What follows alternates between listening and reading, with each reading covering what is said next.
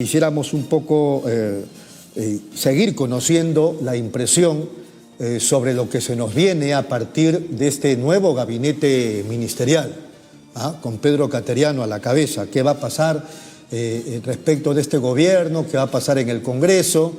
Estamos todavía en una pandemia que no termina, al contrario, hoy parece ser un problema más complicado incluso que antes.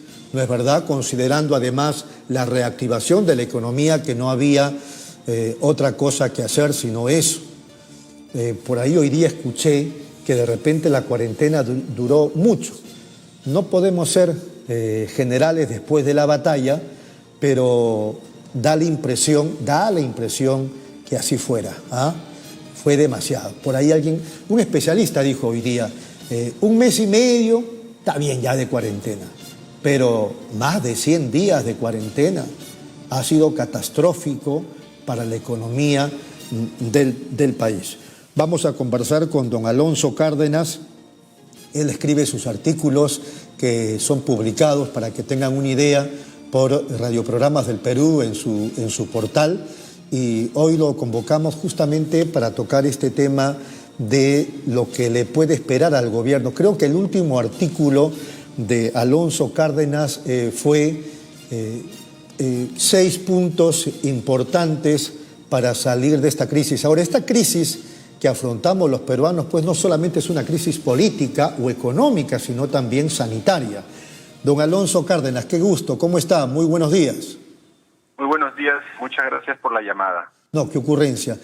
Cuéntenos, estamos en una situación lógicamente complicada, no necesito ser redundante, ya lo dije hace unos segundos, pero queremos su impresión respecto de lo que debiera hacer el gobierno con su nuevo gabinete de cara a todos estos problemas que nos embaten. Bueno, en realidad estamos en una crisis que no tiene parangón en los últimos 100 años, ¿no? A nivel mundial las cifras son terribles, de pérdidas de empleo. Estados Unidos está en una profunda recesión, Europa está en una profunda recesión, y la región más golpeada actualmente por la pandemia es América Latina. Y el Perú, en el contexto latinoamericano, parece ser el más golpeado, no solo a nivel sanitario por la cantidad de contagiados que tenemos per cápita, sino también por el número de fallecidos, como muy bien señaló una revista británica, y también en el campo económico. El Banco Mundial ha estimado que nuestro país va a ser el que más caiga a nivel económico en la región.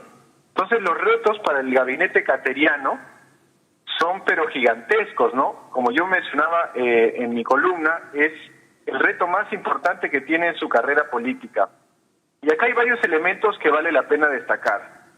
Creo que el primero, y el que no se ha hecho mucho eco, es que el premier actual, el señor Cateriano, tiene una investigación abierta en la Fiscalía de la Nación, ¿no? Un tema parece ser un sobrecosto de la compra de 24 helicópteros rusos, que actualmente está en el despacho de Zoraida Ábalos. ¿Qué decidirá la fiscal de la Nación? Bueno, se sabrá en los próximos días, ¿no? Pero también tenemos un problema muy grande en el tema laboral, ¿no? Hace pocos días el Instituto Nacional de Estadística e Informática señaló que se habían perdido 55% de puestos de trabajo, el equivalente más o menos a 2.600.000 puestos. Y eso pues no tiene, digamos, parangón en nuestra historia reciente. Y será el nuevo ministro de Trabajo el que tenga que lidiar con esta situación pero tan complicada, ¿no? También tenemos otro tema que es la reforma política. Recordemos que estamos ya en el último año de la gestión del presidente Vizcarra, y el próximo año hay elecciones presidenciales, lo que genera pues todavía mayor incertidumbre de cómo van a ser esas elecciones presidenciales. Todo eso va a depender obviamente de la evolución de la pandemia, ¿no? Pero vamos a tener una elección en una ronda, vamos a tener 2 rondas. La votación será en un día o será en 2 días. Recordemos que lo principal aquí es evitar las aglomeraciones. Entonces, este proceso inédito vamos a tener que irlo construyendo en función de cómo vaya evolucionando la enfermedad, ¿no? También hay otro tema muy grave, que es el tema de la inseguridad ciudadana. Recordemos que antes de la pandemia era la principal preocupación de la ciudadanía, el tema de la delincuencia, el crimen organizado, etcétera.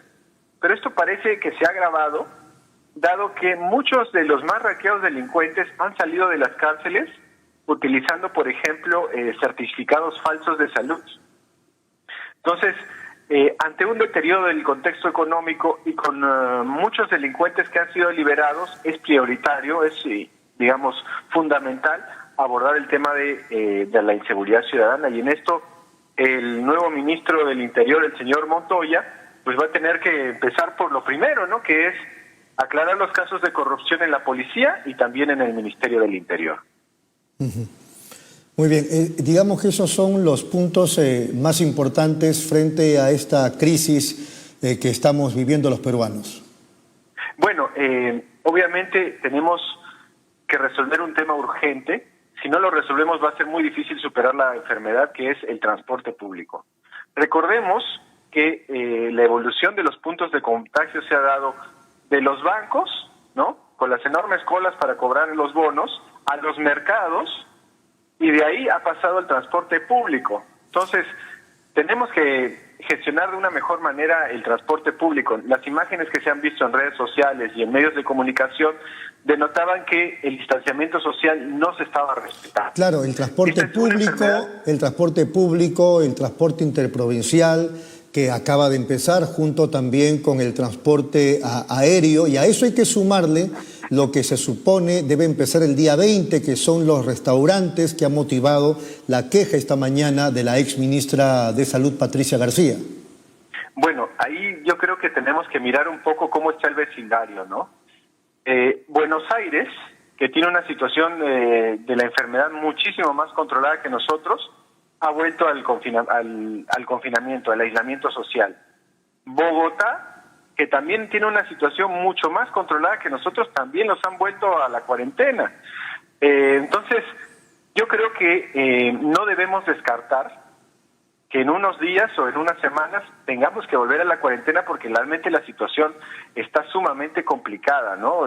Países vecinos como Chile, como Colombia y como Argentina han decidido volver a la cuarentena total con una situación, digamos, un poco mejor que la nuestra. Bueno, creo yo que no deberíamos descartar una opción como esa, ¿no? Siendo una posibilidad el tema de la cuarentena, en principio lo que se debiera hacer no sería acaso no seguir abriendo más actividades y, por ejemplo, los restaurantes que estaban programados para el 20, para su atención presencial, que esperen y como que también deben esperar otras actividades. Claro, pero nosotros no podemos dejar a la gente en abandono, ¿no? Si nosotros vamos a iniciar, por ejemplo, algún proceso de cierre de la economía nuevamente, esta capacidad y esta plataforma de distribuir los bonos económicos tiene que acelerarse. Bueno, a propósito del tema de los bonos, ayer conversaba con Héctor Béjar aquí en Pulso Informativo y él decía dos cosas frente a la situación que estamos viviendo. Uno, la atención primaria en salud, que ya lo están empezando a hacer, pero fíjese cuántos meses después. Y dos, decía él, habría que llevarle comida a través de la Fuerza Armada, llevarle comida a la gente que no tiene ni para comer, que estamos hablando de los sectores más empobrecidos del país. Yo creo que ahí hay tres temas fundamentales. El primero, que yo estoy totalmente de acuerdo y se debió hacer desde el principio, es una distribución masiva de alimentos en las zonas más vulnerables, alimentos no perecederos, porque recordemos que muchos de estos hogares no tienen refrigerador, utilizando no solamente a las Fuerzas Armadas, sino también la capacidad logística del sector privado, porque el sector privado es experto en distribuir, alimentos no perecederos hasta en el último rincón de nuestro país. Otro tema que se tiene que hacer con urgente prioridad. Allí tendríamos que discriminar o no, porque las evidencias de todos estos últimos tiempos nos han demostrado que hay sector privado y sector privado. Eso claro, no podemos ponernos una venda en los ojos y decir, no importa, ahora que estamos en crisis todos. Y yo creo que no, porque como los municipios que hemos visto que han corrompido, sus traslados de víveres a la gente y al final no les ha llegado, lo mismo puede suceder con estos trampositos que nos han sacado la vuelta a nosotros o al país en general. Pero es evidente que hay otro sector de empresarios, yo conozco a varios de ellos, que podrían poner su grano de arena y aportar muchísimo en el tema. ¿O no importan esos asuntos de corrupción? Pregunto. No, lo que pasa es que, digamos, el sector privado vinculado con los alimentos, o sea, si usted va al último rincón del asentamiento humano más alejado de la capital, va a encontrar una bodega donde hay comida. Y esa comida no llega volando, sino hay digamos, una capacidad logística, un músculo de distribución que tiene el sector privado y que el Estado, pues, desgraciadamente no tiene, ¿no? Obviamente que tiene que haber toda la rigurosidad. Sí, pero no ha respondido a mi pregunta. Yo le decía, ¿habría que, frente al apoyo que debiéramos recibir del sector privado, discriminar o no? Por supuesto que sí, ¿no? Por supuesto que sí, porque hay digamos, sectores y empresas que ya están siendo investigadas por sonados casos de corrupción, ¿no? Pero también hay empresas que creo yo que podrían aportar muchísimo, sobre todo en la distribución de los alimentos, ¿no? Y hay un tema que yo quería mencionar, que es, creo yo, también fundamental, que es sincerar las cifras de cuántos contagiados tenemos. Yo he estado analizando a nivel internacional. Cuando usted dice sincerar las cifras, da la impresión, o de repente a eso se refiere, que el gobierno, y por lo tanto no estamos hablando de Vizcarra solamente, sino de todo su equipo, están escondiendo las cifras. Pero el día de su juramentación, o tras la juramentación, la doctora Pilar Macetti, que cuenta con el respaldo de mucha gente, dijo que eso no es verdad, que no hay ningún ocultamiento de cifras y que a ella le consta, y que más bien el ministro anterior había creado una comisión para investigar un subregistro que querían saber los del gobierno de dónde venía y si tenían algún asidero, porque si era así, para también considerarlos en la cifra oficial que presenta el gobierno. Claro, pero yo más que un ocultamiento, yo me refiero al método. Correcto. Porque, por ejemplo, Argentina, Colombia, Chile, México, Francia, prácticamente los países más serios, en ninguno de esos casos se mezclan pruebas rápidas con pruebas moleculares con la contabilidad oficial. Y si nosotros vemos, digamos, el porcentaje de positividad en las pruebas rápidas versus el porcentaje de positividad en las pruebas moleculares, pues la diferencia es gigantesca. Estamos hablando de 15% en unos y casi 40% en el otro. Entonces, creo que no es riguroso hacer esta mezcla, porque somos los únicos prácticamente con Venezuela que contamos de esa manera, ¿no? Creo que deberíamos más bien impulsar todavía más un mayor porcentaje de pruebas moleculares, porque esas sí no tienen prácticamente margen de error, ¿no? Correcto. A eso me refería. Correcto. Entonces, estamos ante la posibilidad de una situación más complicada para el país, pero, señor Alonso Cárdenas, no hay que apagar la luz, tenemos que seguir adelante. No, definitivamente, ¿no? Este tema lo vamos a tener que resolver entre todos.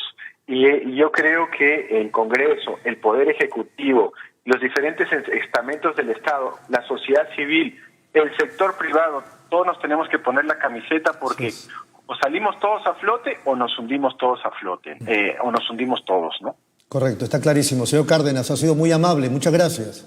Muchas gracias por la llamada, muy buenos días. No, qué ocurrencia. Gracias a don Alonso Cárdenas, que estuvo aquí en Pulso Informativo.